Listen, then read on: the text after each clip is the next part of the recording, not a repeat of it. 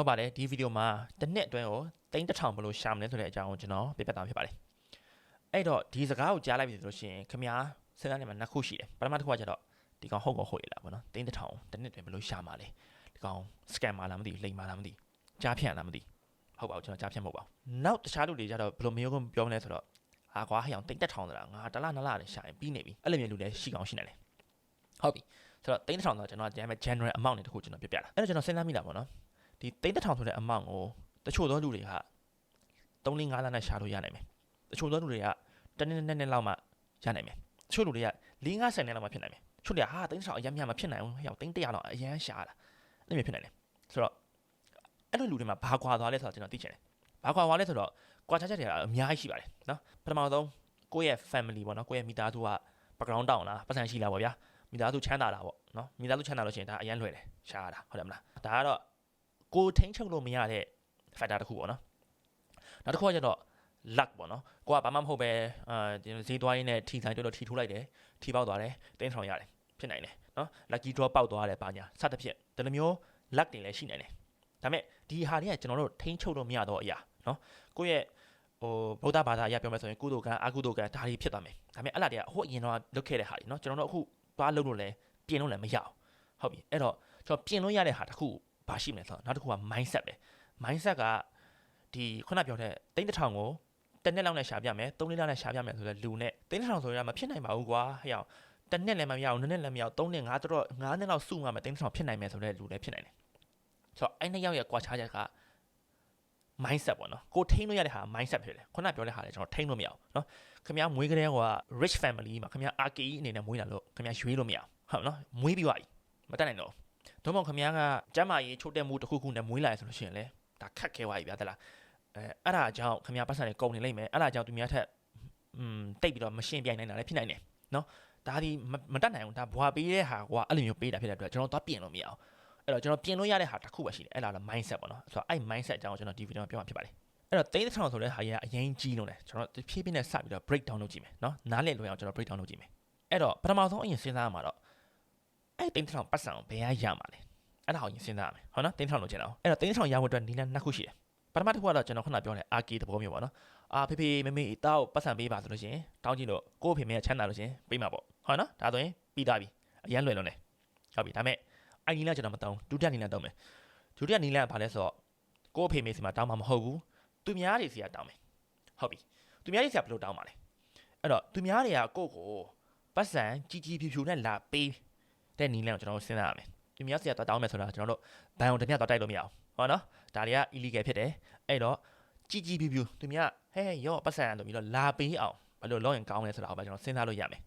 ဒါမှကျွန်တော်တို့ legal လည်းဖြစ်မယ်တမန်အာဇီဝလည်းကြာမယ်ဟုတ်တယ်နော်ဟုတ်ပြီအဲ့တော့ကျွန်တော်တို့အဲ့ main ကိုဆက်ပြီးတော့စဉ်းစားမယ်သူများငါ့ကိုပတ်စံကြီးကြီးဖြူဖြူဘယ်လိုလာပေးအောင်လုပ်မလဲ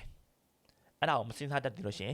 မိကိုကျွန်တော်ပြောပြနိုင်လိုက်မယ်ခင်ဗျားကိုသူများကိုပတ်စံကြီးကြီးဖြူဖြူပေးဘူးလား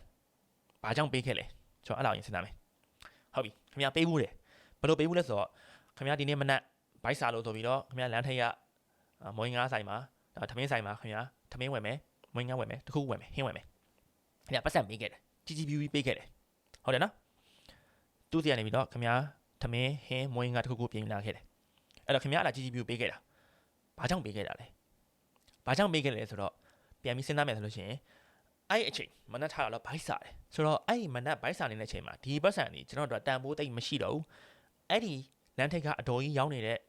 သမင်းဖြစ်ဖြစ်မွေးငါဖြစ်ဖြစ်ဒါကကျွန်တော်တို့ပို့ပြီးတန်ဖိုးရှိနေတယ်အဲ့ကြောင့်ကျွန်တော်လဲလိုက်တာဟုတ်တယ်နော်အဲ့လာတော့ခမရကြီးကြီးပြူနဲ့ဒီအတော်ကြီးကိုခမရပတ်စံပေးခဲ့တယ်ဟုတ်ပြီဒါကတော့နံပါတ်1နောက်တစ်ခုစဉ်းစားကြည့်အောင်ခမရမှာဖုန်းတစ်လုံးရှိတယ်နော်ခမရဒီဗီဒီယိုဖုန်းနဲ့ကြည့်နေ iPhone ခမရဘယ်လိုရခဲ့ရလဲ iPhone ကိုခင်ဗျာဖုန်းဆိုင်ကိုတွားပြီးတော့အဲ့ဖုန်းဆိုင်ကဒီဈေးရောက်တဲ့အကိုကြီးကိုခင်ဗျာကြီးကြီးပြူပြူနဲ့ပတ်စံပေးပြီးတော့သူ့ဆီကဖုန်းယူခဲ့တာဟုတ်တယ်မလားဒီဖုန်းကိုလုခဲ့တာမဟုတ်အဲ့တော့ဘာကြောင့်အဲ့တော့ခင်ဗျာအဲ့ဖုန်းဆိုင်ကအကိုကြီးကိုပတ်စံပေးခဲ့ရလဲဘာလို့လဲဆိုတော့ခင်ဗျာကအဲ့အချိန်မှာပတ်စံမလိုချင်တော့ဘဲနဲ့အဲ့ဒီခင်ဗျာခုကင်တဲ့ဖုန်းကိုလိုချင်လို့ကြီးကြီးပြူပြူနဲ့ပတ်စံပေးခဲ့တာဟုတ်တယ်နော်โอเคဆိုတော့ကျွန်တော်ဒါလေးကိုသိသွားပြီဆိုလို့ရှိရင်ကျွန်တော်မေးခွန်းကိုပြန်ပြီးတော့အမှန်တိုင်းပြန်လုပ်လို့ရပြီအဲ့တော့ကိုယ့်ကိုကြီးကြီးပြူပြူပတ်စံဘယ်လိုလာပေးအောင်လုပ်လို့ရမလဲဆိုတော့ကိုယ့်စီမှာတခုခုရောင်းနိုင်လို့ရှိရင်ခင်ဗျားကိုပတ်စံတရားရောက်လာပေးလိုက်မယ် ဆိုတော့ဒါကတော့နံပါတ်1အဖြေတစ်ခုဖြစ်ရပါပြီ Okay ကျွန်တော်တို့အခုလိုမျိုးမိကုန်းတွေကိုမေးလိုက်ပြန်ဖြေလိုက်ပြီးလို့ရှိရင် break down လုပ်လိုက်ဒီလိုမျိုး process ကိုကျွန်တော်တို့ first principle thinking လို့ခေါ်တယ်เนาะဒီ thinking process ကအရန် powerful ဖြစ်တယ်အရန်အသုံးဝင်တဲ့ thinking process တစ်ခုဖြစ်ပါတယ်ဆိုတော့အဲ့ဒါလေးကိုလည်းလေ့လာစေချင်တယ်เนาะကျွန်တော်လည်းဒီဗီဒီယိုမှာအဲ့ဒါလေးသုံးပြီးတော့တဖြည်းဖြည်းနဲ့ခင်ဗျားတို့တစ်နေ့အတွင်း3000ဘလို့ရှာမယ်ဆိုတဲ့အကြောင်းကိုကျွန်တော်ပြပြသွားမှာဖြစ်ပါတယ် Okay အဲ့တော့ခုနပြောတဲ့ဟာသိပါပြီသူများစီကနေကြည်ကြည်ပြီးပတ်စံဘလို့ရှာရမလဲဆိုတဲ့နည်းလမ်းသိပါပြီเนาะကိုပစ္စည်းတစ်ခုခုရောင်းရမယ်ဟုတ်ပြီအဲ့တော့ဘာရောင်းရမှာလဲဆိုတော့ဘာရောင်းရမှာလဲကိုမပြောခင်ကျွန်တော်တို့အဲ့3000ဆိုတဲ့မင်းကိုပြန်သွားကြည့်အောင်တစ်နှစ်အတွင်းကို3000လို့ကျင်ဆိုလို့ရှိရင်ခင်ဗျားတစ်လကိုဘယ်လောက်ရှာရမလဲ3000ကို7နဲ့စားလို့ရှိရင်ခင်ဗျားတစ်လကို83သိန်းဝန်းကျင်ရှာရမယ်380ပဲထားပါတော့เนาะအလွယ်တကူတွက်လို့ရအောင်အဲ့တော့တစ်လကို380ဘယ်ရမှာလဲအဲ့မင်းကိုကျွန်တော်အရင်စဖြစ်အောင်အဲ့ခင်ဗျားအခုလကစားဝန်ထမ်းတယောက်ဆိုလို့ရှိရင်ခင်ဗျားတစ်လကို380မရဘူးလို့ကျွန်တော်ထင်တယ်နော်380ရလို့ရှိရင်ဒီဗီဒီယိုကြည့်ကြမလို့တော့ဘူးခင်ဗျားတစ်နှစ်ကို3000ရှာနေပြီ Okay အဲ့တော့လာကစားလဲလုပ်တယ်380လဲရနေပြီဆိုရှင်တော့ခင်ဗျားဒီလုံးဝ manager level CEO level လောက်ထိဖြစ်နေလောက်ပြီနော်သို့မဟုတ်ခွဲစိတ်ဆရာဝန်ကြီးတို့နော်ဥပဒေပညာရှင်ကြီးတို့အဲ့လိုမျိုးဖြစ်မှာပဲအဆင်ပြေမှာနော်မဟုတ်လို့ရှိရင်ခင်ဗျားတာမန်ဝန်ထမ်းလောက်ဆိုရင်တော့ဘလို့မှတစ်လောက်380လာစားမရအောင်အဲ့တော့ဒီဟာကိုသိလိုက်ရတဲ့အချိန်အဖြစ်ကျွန်တော်ဘာဖြစ်သွားလဲဆိုတော့ပထမဆုံးသိရမှာခင်ဗျားအချိန်ကိုရောင်းစားလို့မရအောင်အချိန်ကိုရောင်းရင်းနဲ့ဒီ3000ရှာလို့မလောက်ဘာဖြစ်လဲဆိုတော့ခင်ဗျားဝန်ထမ်းလုပ်နေဆိုတာခင်ဗျားတကယ်တမ်းတော့အချိန်ကိုရောင်းနေတာပဲเนาะခင်ဗျားမနက်7နာရီ9နာရီเนาะအဲ့ချိန်ရုံရောက်နေရမယ်ည9နာရီ6နာရီအထိရုံမှာရှိရမယ်ဒါအဲ့အချိန်ကိုခင်ဗျားတများကိုရောင်းလိုက်တာအဲ့ဒီကိုယ့်ရဲ့အလုပ်ရှင်ကိုရောင်းလိုက်တာရောင်းတဲ့ချိန်ပြီးတော့ကိုကလည်းအားဆိုင်ထုတ်ရတယ်ပေါ့နော်ကိုယ့်ရဲ့အလုပ်ကို effort ထုတ်ပြီးလုပ်ရတယ်အဲ့ဟာအတွက်ကိုဒီအလုပ်ရှင်ကပတ်စံပြန်ပေးတယ်เนาะဒါဒီခင်ဗျားအချိန်ကိုရောင်းတာဖြစ်ပါတယ်ဆိုတော့ဒီအချိန်ကိုရောင်းနေလို့ရှိရင်အဆင်မပြေဘူးခင်ဗျားကခုနပြောတဲ့လုံးဝပါရဂူကြီးเนาะခွဲစိတ်ဆရာဝန်ကြီးဥပဒေပညာရှင်ကြီးဆိုတော့တမျိုးပေါ့ဗျာအဲ့လိုမဟုတ်ပဲねခင်ဗျားဒီတာမန်ဝန်ထမ်းပဲဆိုလို့ရှိရင်ဘလို့မှခင်ဗျားအချိန်ကိုရောင်းရင်းနဲ့3000ရှာလို့မဖြစ်နိုင်ဘူးဟုတ်ပြီနော်အဲ့ဒါတခုအရင်သိရမယ်ခင်ဗျားခုလကစားဖြစ်နေမယ်ဆိုလို့ရှိရင်ခင်ဗျားတစ်လကိုထားပါတော့10သိန်းရတယ်15သိန်းရတယ်တခုခု something 10သိန်းရတယ်ထားပါတော့တစ်လ10သိန်းရလို့ရှိရင်တစ်နေ့ကို320ပဲရှာလို့ရမယ်အဲ့တော့မလောက်ပါဘူးနော်အဲ့တော့အချိန်ရောင်းစားနေတဲ့ရွေးရတော့ဘလို့မှတစ်နေ့ထိုင်နေတဲ့3000မရနိုင်ဘူးဖြစ်ပါတယ်ဒါပေမဲ့ခင်ဗျားအဲ့ဒါကိုမှအဲ့ဘွားကိုပျော်ရွှင်နေတာရတယ်ဆိုလို့ရှိရင်ဘာမှမပြုတ်အေးစိပဲခင်ဗျားဘွားနဲ့ခင်ဗျားပဲအေးစိဘာမှ3000ရှာစရာလည်းမလိုဘူးเนาะဘယ်သူမှလည်း pressure မပေးနေဘူးအဲ့မှာပျော်ငွေ့တယ်ဆိုလို့ရှိရင်အေးစိပဲရတယ်ဒါပေမဲ့ခင်ဗျားက3000ရှာခြင်းနဲ့စိတ်ရှိလို့ဒီဗီဒီယို click ခဲ့တာဖြစ်ပါတယ်ဆိုတော့အဲ့ဒီဝန်တန်းနီးလန်းနဲ့ကျွန်တော်တို့ဆက်ပြီးသွားတော့မဖြစ်နိုင်တော့ဖြစ်နေအဲ့တော့ခင်ဗျားအချိန်ကိုရောင်းလို့မရရင်ခင်ဗျားဒီဝန်ထမ်းလုပ်လို့မရတော့အဲ့တော့ next step အနေနဲ့စဉ်းစားရမှာဝန်ထမ်းလုပ်လို့မရရင်ဘာလုပ်ရမှာလဲဆိုတော့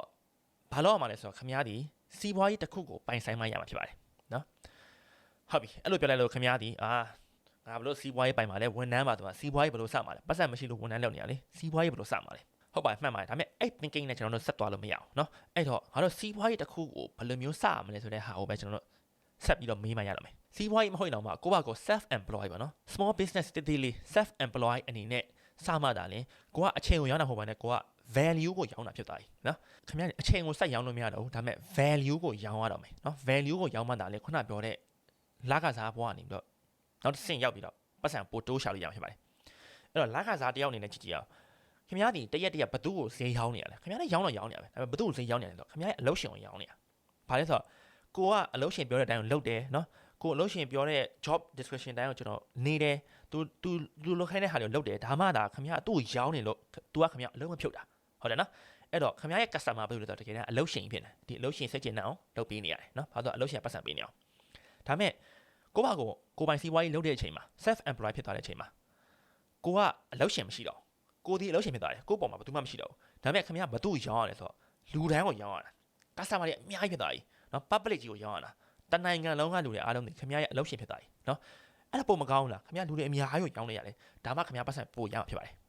နော်အဲ့ဒီမျိုးစဉ်းစားဖြစ်ပါတယ်ဟုတ်ပြီအဲ့ကျွန်တော်လုပ်ငန်းစရတော့မယ်ကျွန်တော်လုပ်ငန်းရှင်ဖြစ်ရမယ်ဘယ်လိုမျိုးလုပ်ကြမလဲလုပ်ငန်းမစဘူး business မစဘူးအဲ့တော့အဲ့လိုကျွန်တော် simple နည်းနဲ့စဉ်းစားအောင် business ဆိုတာအရင်လွယ်တယ်ဘာလဲဆိုတော့ကိုယ့်စီကပစ္စည်းကိုသူများကိုရောင်းတာဒါ business ပဲအဲ့တော့အဲ့ business စတဲ့အချိန်မှာကျွန်တော်စဉ်းစားမယ်မင်းကို3ခုပဲရှိတယ်အရင်လွယ်တယ်နော်ပထမတစ်ခုကကိုဘာရောင်းပါလဲနော်ဒုတိယတစ်ခုကကိုရောင်းမဲ့ပစ္စည်းကိုဘယ်သူဝယ်မှာလဲနောက်ပြီးတော့တတိယတစ်ခုကကျတော့ဘယ်ဈေးနဲ့ဝယ်မှာလဲဒီ3ခုပဲကျွန်တော်စဉ်းစားမှာဖြစ်ပါတယ်အဲ့တော့ခုန3000ဆိုတဲ့ဟာကြီးပြန်စဉ်းစားကြည့်မယ်ဆိုလို့ရှိရင်ကျွန်တော်3000ဘယ်လိုရှာမလဲနီးလန်းများစွာကျွန်တော်ရှာလိုက်ရတယ် ဥပမာပြပြမယ်ဆိုရင်တယောက်တည်းကိုသိန်း1000နဲ့ပစ္စည်းရောင်းလိုက်လို့လည်းရတယ်နော်သို့မဟုတ်ကျွန်တော်သိန်း100တန်ပစ္စည်းကို10ယောက်ကိုရောင်းမယ်ဒါလည်းရတာပဲသိန်း1000ဒါမှမဟုတ်သိန်းတန်ပစ္စည်းကိုအယောက်1000ရောင်းမယ်ဒါလည်းသိန်း1000ရတာပဲနော်အဲ့တိုင်းဖြည်းဖြည်းစဉ်းစားမယ်1000တန်ပစ္စည်းကိုလူအယောက်1000ကိုရောင်းမယ်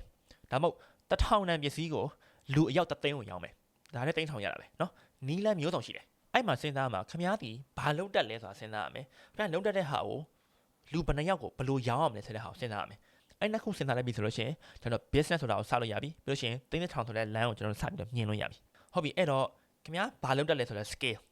နောက်ပြီးတော့ခမားဘယ်လိုရောင်းမလဲဆိုတဲ့ selling ပေါ့နော်နောက်ပြီးတော့ဘယ်လောက်နဲ့ရောင်းမလဲဆိုတဲ့ pricing အဲ့3ခုကိုပဲခမားစဉ်းစားဖြစ်ပါတယ်ဆိုတော့အဲ့3ခုကတယောက်နဲ့တယောက်မတူနိုင်ဘူးအဲ့အတွက်ကျွန်တော်ဒါကိုဒီလိုရောင်းနေဒါကိုဒီလိုရောင်းနေလို့ကျွန်တော်ပြောလို့မရဘူးနော်ကိုဘာရောင်းမလဲဆိုတော့မူတည်တယ်ကိုဘာကျွမ်းကျင်လဲဆိုတော့မူတည်တယ်အဲ့အတွက်ဒါကကိုယ့်ဘက်ကိုရှာအမြဖြစ်ပါတယ်ကျွန်တော်တော့ example လေးကျွန်တော်ပြပြပေးလို့ရတယ်အဓိကကြတဲ့ဟာကတော့ကိုရောင်းချင်တဲ့ market မှာဘာပြဿနာတက်နေလဲဆိုတော့အရင်စဉ်းစား problem တစ်ခုကိုရှာအဲ့ problem ကိုရှင်းနိုင်လားဆိုတဲ့ဟာကိုစဉ်းစား solution ကိုရှာပြီးအဲ့ solution ကိုရောင်းဒါပဲအဲ့ဆိုရှင်ခင်ဗျားစီကလေလူတွေကကြီးကြီးပြူပြူနဲ့ပတ်သက်ပေးပြီးလာဝယ်ကြလိမ့်မယ်နော်ဒါကတော့ general idea ပေါ့နော်ကျွန်တော် example လေးကျွန်တော်ပေးပေးမယ် okay ပထမဆုံး example တော့ကျွန်တော်ညီလေးတယောက်အခုလုပ်နေတဲ့ example ကျွန်တော်ပြရဖြစ်ပါတယ်ဆိုတော့ तू ကဘယ်လိုမျိုးဖြစ်လဲဆိုတော့သူ့အဖေမေကဟင်းဒီမှာချက်တက်တယ်အဲ့အတွက်သူ့လည်းဟင်းချက်နေတင်ပေးတယ်သူကကောင်းချင်းထုတ်လောက်ရတာကြိုက်တယ်နော်အဲ့တော့သူ့အဖေမေကလည်းကောင်းချင်းထုတ်ကောင်းကောင်းလုပ်တတ်တယ်အဲ့တော့သူ့တင်ပေးပါတယ်သူအဲ့လိုကောင်းချင်းထုတ်တက်သွားတဲ့အချိန်မှာသူ scale တစ်ခုရပါတယ်နော်ကောင်းချင်းထုတ်တယ်ဝါသားကောင်းချင်းထုတ်ချက်သားကောင်းချင်းထုတ်ဒါတွေလုပ်တတ်ပါတယ်ဆိုတော့အဲ့ဒီ business မှာဆိုရင်ကျွန်တော်တို့ခုနပြောတဲ့ first principle thinking ကိုကျွန်တော်တို့သုံးပြီးတော့ apply လုပ်ကြည့်မယ်ဆိုလို့ရှိရင်ဘာလဲဆိုတော့သူကောင်းချင်းတစ်ထုပ်ကိုသူအမြတ်ဘယ်လောက်ရလဲဆိုတော့အမြတ်လည်းတစ်ခုရှိမယ်နော်အဲ့တော့ဒီ example မှာဆိုလို့ရှိရင်သူကကောင်းချင်းတစ်ထုပ်ကို9000နဲ့ရောင်းနေပဲထားပါတော့နော်9000နဲ့ရောင်းနေအဲ့မှာ profit အမြတ်က1000ထွက်တယ်ဟုတ်ပြီအဲ့တော့သူတစ်နှစ်ကို IC ဘွားရေးလုပ်ရင်လည်း1000ရှာခြင်းဆိုလို့ရှိရင်သူဘာလုပ်ရမှာလဲဆိုတော့တစ်နှစ်ကိုအထုပ်3သိန်းရောင်းရမယ်ဟုတ်နော်1000မြတ်တယ်အထုပ်3သိန်းရောင်းလို့ရှိရင်1000ရမယ် profit အဲ့တော့တစ်နှစ်ကိုအထုပ်3သိန်းဘယ်လိုရောင်းမလဲဆိုတဲ့မေးခွန်းကိုကျွန်တော်ဆက်ပြီးတော့မေးရဖြစ်ပါတယ်ဟုတ်ပြီအထုပ်သိန်းဘယ်လိုရောင်းလဲအထုပ်သိန်းရောင်းဖို့အတွက်အထုပ်သိန်းကိုထုတ်ပြီးမှရောင်းလို့ရမှာအဲ့တော့မင်းကနှစ်ခုဖြစ်သွားပြန်အောင်အထုပ်သိန်းကိုဘယ်လိုထုတ်မလဲအထုပ်သိန်းဘယ်လိုရောင်းမလဲโอเคအဲ့လောက်မှကျွန်တော်ထပ်ပြီးတော့ break down လုပ်လိုက်အောင်တစ်နှစ်လုံးကိုအထုပ်သိန်းဆိုလို့ရှိရင်နေ့တိုင်းဈေးရောက်မယ်ဆိုလို့ရှိရင်တစ်ရက်ကိုဘယ်လောက်ရောင်းအောင်မလဲတစ်သိန်းကို365နဲ့စားလိုက်မယ်ဆိုလို့ရှိရင်290ဝန်းကျင်နော်300ပဲထားပါတော့တချို့ရက်တွေနားတယ်ထားပါတော့အဲ့ဆိုရင်တစ်ရက်ကိုအထုပ်300သူရောင်းအောင်မယ်ဆိုတော့ဟုတ်ပြီသူတစ်ရက်ကိုအထုပ်300ထုတ်နိုင်ပြီးတော့အထုပ်300ရောင်းနိုင်လို့ရှိရင်တစ်နှစ်နဲ့3000ရလာပြီဟုတ်တယ်မလားဒါဆိုဒီလိုစဉ်းစားမယ်ဆိုရှင်အော်နည်းနည်းလွယ်သွားပြန်အောင်ဟုတ်ပြီအဲ့ဆိုရင်အဲ့တစ်ရက်ကိုအထုပ်300ဘယ်လိုထုတ်မလဲတယောက်တည်းထုတ်လို့မနိုင်တော့ဘူးဘယ်လိုထုတ်မလဲဝန်ထမ်းတွေခေါ်မယ်လူဘယ်နှယောက်ခေါ်မလဲဒါကိုယ်တိုင်တွက်ချက်ရတော့မယ်ဒီဘက်မှာဆိုလို့ရှိရင်လည်းအထုပ်300ထုတ်ပြီးလို့ရှိရင်ရောင်းဖို့အတွက်ကိုဘယ်လိုမျိုးလုပ်ကြမလဲနော်ကျွန်တော် Facebook ပေါ်တင်မလား TikTok နဲ့ဗီဒီယိုရိုက်ပြီးတင်မလားနော်ဘယ်လိုကြော်ညာမလဲဒါမှမဟုတ်ကိုအတိမိတ်ဆွေတွေကိုရောင်းမလားမွေးနေ့ပွဲတို့ဘာလို့မှရောင်းမလားနော်ဖုန်းเจ้าမှာဆုံးကတ်တဲ့အချိန်ဘာညာအဲ့ဒီလိုချိန်မှာရောင်းမလားဒါမှမဟုတ်ကျွန်တော်စိုင်တွေကိုပဲသွင်းမလားနော်ဒါတွေကိုစဉ်းစားလို့ရပြီအဲ့လိုစဉ်းစားနေပြီခင်ဗျားဒီ entrepreneur တရားလို့စဉ်းစားလာပြီခင်ဗျားဒီ business owner တရားလို့စဉ်းစားလာဖြစ်ပါတယ်နော်အဲ့တော့တရက် तू ကမနက်ထလာတယ်ဘာလို့မလဲဆိုတော့မိခွန်းနှစ်ခုပဲအထုပ်300ဘယ်လိုထုတ်မလဲအထုပ်300ဘယ်လိုရောင်းမလဲဒါပဲစဉ်းစားရတော့ပါနေ့တိုင်းဒါကိုပဲ repeat လုပ်နေလို့ရှိရင်တနေ့နေလို့ရှိရင်3000ရမှာဖြစ်ပါတယ်အဲ့တော့ဒီ example ကိုကြည့်ပြီးတော့ခင်ဗျားကတော့ဘာမှမစရသေးလို့ရှင်တော့မနှက်ဖြင်ချက်ချင်းစပြီးမနှက်ဖြင်ချက်ချင်းအထုပ်300တော့ဘယ်လိုရောင်းရမလဲဟုတ်တယ်မလားဒါကကျွန်တော်အစပန်အနေနဲ့ပြပြတာ3000ဆိုတဲ့ဟာကြီးကအရင်ဝေးလုံးတယ်ဒါမဲ့စဉ်းစားမှာတရက်ကိုငါအထုပ်300ဘယ်လိုရောင်းရင်ကောင်းမလဲဆိုတာပဲစဉ်းစားရင်နေ့တိုင်းဒါပဲစဉ်းစားတနေ့နေလို့ရှင်3000ရသွားပြီဟုတ်နော်ဆိုတော့အဲ့လိုမျိုးပြဿနာအကြီးတစ်ခုကို break down လုပ်ပြီးတော့အောက်ကနေအသေးဆုံးနေရာနဲ့စပြီးတော့စဉ်းစားပါတရားမှလုံးဝ entrepreneur style ပေါ့နော်လုံးဝ first principle thinking နဲ့စဉ်းစားတဲ့နည်းလမ်းဖြစ်ပါတယ်ဟုတ်ပြီဒါကတော့ပထမ example ပေါ့နော်ဒုတိယ example ကျွန်တော်ပြောပါမယ်အဲ့ဒါတော့ကျွန်တော် example ပါကျွန်တော်3000ဘယ်လိုရှာခဲ့လဲဆိုတော့ကျွန်တော်ပြောပြမယ်အဲ့တော့ကျွန်တော်ဒီဘာကြိုက်လဲဆိုတော့ဘာဝါသနာပါလဲဆိုတော့ကျွန်တော်ကင်မရာရိုက်တာဝါသနာပါပါတယ်ကျွန်တော်ရဲ့ဒီ YouTube channel ကိုလည်းပထမဆုံးစတင်ကြတဲ့လူတွေကတော့ကျွန်တော်တပုတ်ဝါသနာရှင်တယောက်ကိုကောင်းမြတ်သူလို့ပြီးသိကြတယ်နော်အဲ့တော့ကျွန်တော်ဒီ channel ကိုစခဲ့တာ Facebook မှာစခဲ့ဆိုရင်အခုဆိုရင်10နှစ်လောက်ရှိတော့မယ်10နှစ်9နှစ်လောက်ရှိတော့မယ်အဲ့တော့စတော့ဆိုရင်ကျွန်တော်ဘလို့မှငါ3000ရှာမယ်ဆိုတဲ့နီးနဲ့စခဲ့တာမဟုတ်ဘူးဒီတိုင်းပဲဝါသနာပါတဲ့ဟာလေးတွေကိုစပြီးတော့လုပ်တာဖြစ်ပါတယ်နော်အဲ့မှာဘာဝါသနာပါလဲဆိုတော့ကျွန်တော်ကင်မရာသုံးရတာဝါသနာပါတယ်ကင်မရာတွေကိုင်တာဝါသနာပါတယ်အဲ့တော့ဓာတ်ပုံရိုက်ရတာလည်းဝါသနာပါတယ်အဲ့ဒီတော့ကင်မရာတွေဓာတ်ပုံတွေနဲ့ပတ်သက်တဲ့ဟာတွေကိုကျွန်တော်တီးလောက်တွေကျွန်တော် sharing လုပ်ပေးတယ်ကျွန်တော် YouTube မှာ free လုပ်ပေးတယ်ကျွန်တော် Facebook မှာ free တင်ပေးတယ် အဲ့လို free တင်ပေးတဲ့အချိန်မှာကျွန်တော်ဘာမှပြန်ပြီးတော့လိုချင်တာမရှိဘူးကျွန်တော်အဓိကဘာလုပ်နေရလဲဆိုတော့လူတွေစိတ်ဝင်စားတဲ့လူတွေလည်းအများကြီးရှိတယ်เนาะအဲ့ခေတ်ကဖုန်းတွေဆိုလို့ရှိရင်လူတိုင်းမှာရောက်နေပြီအဲ့အတွက်ဓာတ်ပုံလှလှလေးဘယ်လိုရိုက်မလဲဆိုတော့ကျွန်တော်တင်ပေးတယ် YouTube မှာ free တင်ပေးရင်းနဲ့ကျွန်တော်3နှစ်တော့တင်ပေးသွားတဲ့ခါမှာကျွန်တော်မှာ follower တွေများလာတယ်နောက်ပြီးတော့ကျွန်တော်ယုံကြည်မှုတွေများလာတယ်ကျွန်တော် brand တွေကလည်းယုံတယ်ဟောနော်ဒီလူဆိုရင်ကင်မရာကြော်ညာတွေထည့်မယ်ဆိုလို့ရှိရင်သူနဲ့အဆင်ပြေတယ်သူ့ကိုကင်မရာတွေ sponsor ပေးချင်တယ်သို့မဟုတ်သူ့ကိုဒီလိုမျိုးကင်မရာနဲ့ပတ်သက်တဲ့ event တွေကိုဖိတ်ချင်တယ်เนาะဒီလိုမျိုး trust တွေတခုရလာတယ်ဒါ company ဘက်ကကျွန်တော်ရဲ့ဒီ viewer တွေကျွန်တော်ပရိသတ်တွေအတွက်မှာလည်းကျွန်တော်ဗာရဆိုတော့သူပြောတဲ့ဟာတွေကောင်းတယ်เนาะသူပြောလို့ငါတပ်ပေါင်းနေတယ်လို့ရိုက်တက်လာတယ်သူတင်မယ်လို့ဒိုင်တိလာတယ်ဆိုတော့ trust တွေတခုရလာတယ်ဆိုတော့အဲ့ဒီ trust ကိုကျွန်တော် build လုပ်ရင်နဲ့3နှစ်လောက်အကြာမှာကျွန်တော်ဘာလုပ်လဲဆိုတော့ကျွန်တော်တင်တန်းဖွင့်ပါတယ်တင်တန်းဖွင့်နေဆိုတာကလည်းကျွန်တော်ကို company တွေဘက်မှာလည်းကျွန်တော်ကိုတင်တန်းဆရာအနေနဲ့เนาะ Nikon ကနေပြီးတော့တင်တန်းဆရာအနေနဲ့တင်ပေးပါဆိုပြီးတော့လာပြီးကန့်လန့်ခဲ့တယ်လို့မျိုးကျွန်တော်ရဲ့ပရိသတ်တွေကျွန်တော်ကြည့်ရတဲ့လူတွေမှာလည်းကျွန်တော်နဲ့ဆိုလို့ရှိရင်တင်တန်းတက်ချင်တယ်ဆိုတော့စိတ်တွေဖြစ်လာတယ်ဆိုတော့ဒါတောက်လျှောက်ကျွန်တော်ပါလဲဆိုတော့ free ပေးခဲ့ပြီးတော့စေတနာပါနဲ့ free ပေးခဲ့တာဖြစ်တဲ့အတွက်ကျွန်တော်တနည်းအားဖြင့်ကျွန်တော်ဒါဆိုရောင်းနေတာပတ်စံမပေးရဘူးပတ်စံမရဘူးဆိုမှလည်းကျွန်တော်ကိုယ်တိုင်ကျွန်တော်ရဲ့ reputation ကျွန်တော်ရဲ့ skill set ကိုကျွန်တော် market ကိုရောင်းနေတာပေါ့နော်ရောင်းတဲ့အချိန်မှာ market ကနေပြီးကျွန်တော် receive လုပ်ပြီးတော့ဒီလူကောင်းပါတယ်ဆိုပြီးတော့ကျွန်တော် receive လုပ်ပေးတယ်အဲ့တော့အချိန်တစ်ခုကြာလာတဲ့အချိန်မှာကျွန်တော်တင်တန်းစဖွင့်တဲ့အချိန်မှာကျွန်တော်တင်တန်းကိုကျောင်းသားနဲ့အများကြီးလာတတ်ကြတယ်နော်အဲ့တော့ကျွန်တော်တင်တန်းလာတတ်တဲ့အချိန်မှာကျွန်တော်ပတ်စံတွေရတယ်ပေါ့နော်တင်တန်းကြီးတွေရတယ်အဲ့တင်တန်းကြီးတွေနဲ့ပဲကျွန်တော်ပတ်စံရှာခဲ့တယ်တိတ်ထောင်ရှာခဲ့လို့ရတယ်အဲ့တော့ခင်ဗျားလည်းဒီနီလန်ကိုရှောက်လို့ရတယ်ဒီနီလန်ဘာလဲဆိုတော့ခင်ဗျားဓာတ်ပုံရိုက်တဲ့ဟာတွေမကောက်ရဘာစကင်တက်လဲဟင်းချက်တက်လားရတယ်တချင်းဆိုတက်လားနော်ခင်ဗျားဂီတာတီးတက်လားရတယ်ဂီတာတီးတင်တယ်ဂီတာတီးတဲ့အကြောင်းတွေပဲခင်ဗျားတင်ဗီဒီယိုတွေအများကြီးလုပ်နော်ဂီတာ free lesson တွေအများကြီးပေးလို့ရတယ်နောက်ပြီးတော့မှခင်ဗျားဂီတာတီးတင်တန်းဆိုပြီးဖွင့်ပါအောင်လူတွေကလာတတ်ပါတယ်နော်ခင်ဗျား free ဘယ်လောက်ပဲပေးခင်ဗျားအဲ့ဒါအခကျင်းငွေတစ်ခုယူပြီးတော့တင်တန်းဖွင့်မယ်ဆိုလို့ရှိရင်လည်းအဲ့ထက်တော့ပို့ပြီးတော့ free ထက်ပို့ပြီးကောင်းအောင်လုပ်ပေါ့နော်အဲ့ကြလို့ရှိရင်ခင်ဗျားလာတတ်မှာပဲနော်ဂီတာတီးတင်လာရတယ်တချင်းဆိုတိုင်းလည်းတချင်းဆိုတင်တဲ့ vocal training တချင်းရေးအစုံအများကြီးလုပ်လို့ရတယ်နော် graphic design ဘာလို့တက်လဲခင်ဗျာ gym ခင်ဗျာအလေးမှလာကြက်လား gym trainer လုပ်နေတာရတယ်ခင်ဗျာ gym training ဘယ်လိုလုပ်လဲနော်ကိုယ့်ဘာကို workout ဘယ်လိုလုပ်လဲအိမ်မှာဘယ်လိုမျိုး training လုပ်လို့ရတယ်ဒါတွေခင်ဗျာတင်ပေးလို့ရတယ်ပြီးရင်ခင်ဗျာ personal trainer အနေနဲ့ဘယ်လိုယူပါလဲဆိုပြီးတော့ခင်ဗျာလုပ်လို့ရတယ်ခင်ဗျာစာတော်လားခင်ဗျာစာတော်လို့ရှိရင်ခင်ဗျာစာတင်မလား guide လုပ်မလား10တန်း guide လုပ်မလားနော် O level IGCSE တွေတင်မေးမလားအင်္ဂလိပ်စာတင်မေးမလားတရုတ်စာတင်မေးမလားဟုတ်ဘာလို့လို့ရပြတဲ့လားခင်ဗျာ skill တစ်ခုရှိပြီဆိုတော့အဲ့ skill ကိုခင်ဗျာပထမဆုံး free pay trust တွေအရင်ယူအဲ့လူတွေကနေ trust ရပြီလို့ရှိရင်ခင်ဗျာအဲ့ဒါကိုပိုကောင်းတဲ့ package တစ်ခုလုပ်ပြီးရင်သင်တန်းအနေနဲ့ခင်ဗျာရောင်းလို့ရတယ်ရောင်းခွင့်ရှိတယ်ဘာလို့လဲဆိုတော့ကိုကျွမ်းကျင်တယ်လူတွေကလည်းကြိုက်တယ်ဆိုလို့ရှိရင်လာပွဲမှာပဲအစပြောခဲ့လို့ရှိရင်နံပါတ်1မှာ problem တစ်ခုရှာပါလို့ကျွန်တော်ပြောခဲ့တယ်ကျွန်တော်တွေးခဲ့တဲ့ problem ဘာလဲဆိုတော့လူတွေမှာဖုန်းတွေအများကြီးရှိလာတယ်ဓာတ်ပုံတွေရိုက်ကြတယ်ဒါပေမဲ့ဓာတ်ပုံတွေမမိုက်ကြဘူးဓာတ်ပုံဘယ်လိုကောင်းကောင်းရိုက်မလဲဆိုတော့ကျွန်တော်သင်ပေးမယ် problem တစ်ခုတွေ့တယ်အဲ့ဒါကိုကျွန်တော် solution အနေနဲ့ကျွန်တော် free video တွေကျွန်တော်အများကြီးလုပ်ပေးတယ်ကျွန်တော်သင်ပေးတယ် trust တွေကျွန်တော် build လုပ်တယ်ပြီးလို့ရှိရင်ကျွန်တော်ဘာလုပ်လဲဆိုတော့ကျွန်တော်ပတ်စံတောင်းလို့ရတဲ့ course တစ်ခုကျွန်တော်ရိုက်တယ်အဲ့ပတ်စံတောင်းလို့ရတဲ့ course နဲ့ကျွန်တော်ပတ်စံရှာဖြစ်ပါတယ်နော်အဲ့ကြလို့ရှိရင်လူတွေကလည်းကျွန်တော် trust ယူပြီးသားဖြစ်တဲ့အတွက်ကျွန်တော်တင်အောင်တက်ချင်တဲ့လူတွေကလာတက်ကြတယ်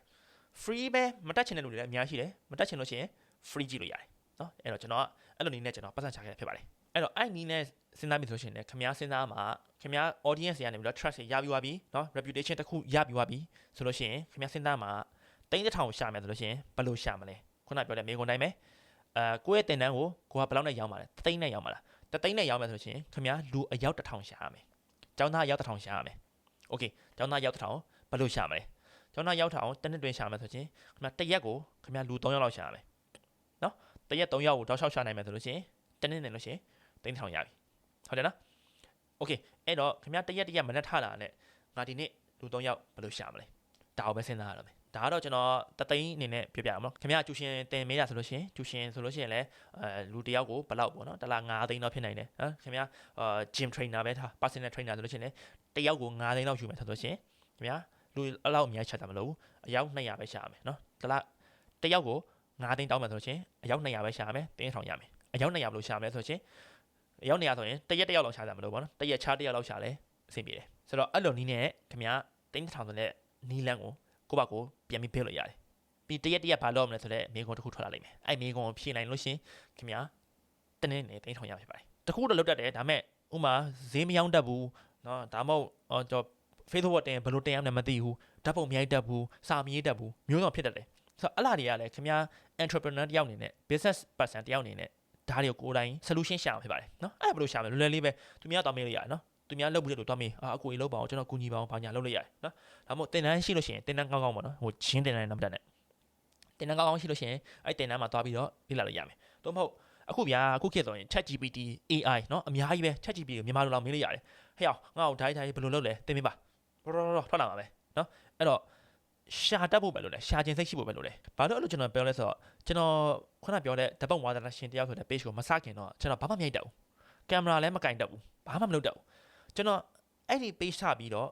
တင်မေးဖို့အတွက်ဆိုပြီးတော့ကျွန်တော်ဘယ်ကလေ့လာဆို YouTube ကပဲလေ့လာတယ်အဲ့ဒါအားလုံးလည်းကျွန်တော် free ပဲနော် free လေ့လာတယ် article တွေကျွန်တော်ဖတ်တယ်အဲ့ဒါတွေဖတ်ပြီးတော့ကျွန်တော်လေ့လာတယ်စမ်းသပ်တယ်ပြီးတော့မှကျွန်တော်သိလာတာနော်ကျွန်တော်တက်တဲ့မြတ်ဟာတော်တော်များ80-90%လောက်ကျွန်တော် YouTube နဲ့ free လေ့လာတာနော်ဟို10%လောက်ပဲကျွန်တော်သူများစီကနေတင်တန်းတက်တာပေါ့နော်အဲ့တော့ဒီနီးလန်းနေနဲ့ခင်ဗျာတစ်နှစ်တွင်3000ဘယ်လိုရှာမလဲဆိုတာကိုခင်ဗျာကိုယ်တိုင်ကိုယ်လမ်းကြောင်းကိုဖန်တီးပြီးတော့စတင်လို့ရပါတယ်ဟုတ်ပြီအဲ့တော့ဒီဗီဒီယိုအဆုံးသတ်ကြည့်အောင်အဲ့တော့3000ရှာဖို့ဆိုတာလွယ်တဲ့အလုပ်လားဆိုတော့မဟုတ်ပါဘူးနော်လွယ်တဲ့အလုပ်မဟုတ်ဘူးလွယ်လို့ရှိရင်လူတိုင်းရနေပြီပေါ့နော်အဲ့တော့လွယ်တဲ့အလုပ်မဟုတ်ဘူးပြဿနာလေးအများကြီးရှိတယ်အဲ့ဒီပြဿနာလေးအများကြီးကိုကိုယ်တိုင်စဉ်းစားတွေးခေါ်ပြီးတော့တစ်ခုချင်းဒီဖြည့်ရှင်းအောင်ဖြစ်ပါတယ်ဒီဟာလေးဖြည့်ရှင်းတတ်ပြီဆိုလို့ရှိရင်ခင်ဗျာ3000အေးအေးဆေးဆေးရှာလို့ရဖြစ်ပါတယ်โอเคဒါပေမဲ့ဒီနီလန်းလူတိုင်းတွေ့လားဆိုတော့မဟုတ်ပါဘူးကျွန်တော်ဗီဒီယိုအစပြောခဲ့လို့ပဲဒီလောက်ဘလောက်ပဲစူးစမ်းပါစေအောင်ကိုယ့်ရဲ့ luck တော့ကိုထိန်းချုပ်လို့မရတဲ့ဟာတွေကကိုယ်လာပြီးနောက်ဆက်နိုင်တာပေါ့နော်ဆိုတော့အဲ့လိုမျိုးဖြစ်သွားရင်တော့လေဘယ်လိုပြောမလဲမတက်နိုင်ဘူးအဲ့လိုပဲပြောမှာပေါ့နော်ဘာဖြစ်လဲဆိုတော့ကိုအရန်စူးစမ်းထားတယ်နော်ကိုသိန်း800ကိုဟာဒီစုပြီးသွားတော့မှဆွမ်းနာပြောတယ်ငလင်လောက်လိုက်ပြီဆိုတော့ချင်းအကုန်လုံးပါသွားပါမယ်အဲ့ကျရင်မတက်နိုင်ဘူးပေါ့နော်ဆိုတော့ဒါကတော့ကျွန်တော်လည်းမကူညီမေးတတ်ဘူးဒါကတော့လောကဓာတ်ကဒီလိုပဲပေါ့ဗျာအဲ့တော့လူတိုင်းအတွက်လည်းရချင်မှလည်းရတယ်မယ်ဒါနည်းနည်းဟို motivation မဆန်မချင်ဘူးဗျာကျွန်တော်လူတိုင်းအဆင်ပြေမယ်လို့လူတိုင်းရနိုင်မယ်လို့ကျွန်တော်မပြောချင်ဘူး realistic ပြောပြမယ်ဆိုလို့ရှိရင်လူတိုင်းဖြစ်နိုင်မှာမဟုတ်ဘူးဒါပေမဲ့လည်းဘာမှမလုပ်နေရလဲဆက်လို့ရှိရင်တော့စူးစမ်းကြည့်တာတန်ပါတယ်ခင်ဗျာဒီဗီဒီယိုအခုကြည့်ပြီးတော့ဟိုနောက်တစ်နေ့3000ခင်ဗျာရှိချင်မှရှိမှာကျွန်တော်လည်းပြောတာဟိုစီးပွားရေးအခြေအနေဘာညာအများကြီးဆိုင်နေတာ哦ဆိုတော့အများလည်းရှိချင်မှရှိမှာဒါပေမဲ့ဒီဗီဒီယိုမှာအဓိကပြောချင်တာပါလဲဆိုတော့3000က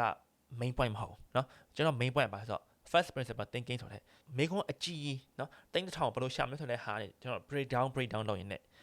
လုပ်လို့ရှိမှာဥမာတရက်ကိုငါဘာလုပ်ရမလဲဆိုတော့မိကုန်းတစ်ခုဟိုဖြည့်နိုင်ပြီဆိုလို့ရှိရင်ခင်ဗျာ you are on the right path ပေါ့နော်ခင်ဗျာသွားတဲ့လမ်းကြောင်းအမှန်တယ်ပေါ့ဗျာအဲ့လိုပဲပြောမှာပေါ့အဲ့တော့ဒီဗီဒီယိုနေပြီးတော့တစ်ခုခုလေ့လာလိုက်ရမယ်လို့ကျွန်တော်ယုံကြည်ပါတယ်အဲ့တော့ဒီဗီဒီယိုကိုအဆုံးလေးကြည့်ပေးတဲ့လူတွေဒီ emoji လေးလက်ကထက် emoji လေးပေါ့နော်အဲ့ဒါလေးမှတ်မိကြပါအားလုံးပဲကျေးဇူးတင်ပါတယ်ကျွန်တော်တို့နောက်ဗီဒီယိုပြန်တွေ့ကြမယ်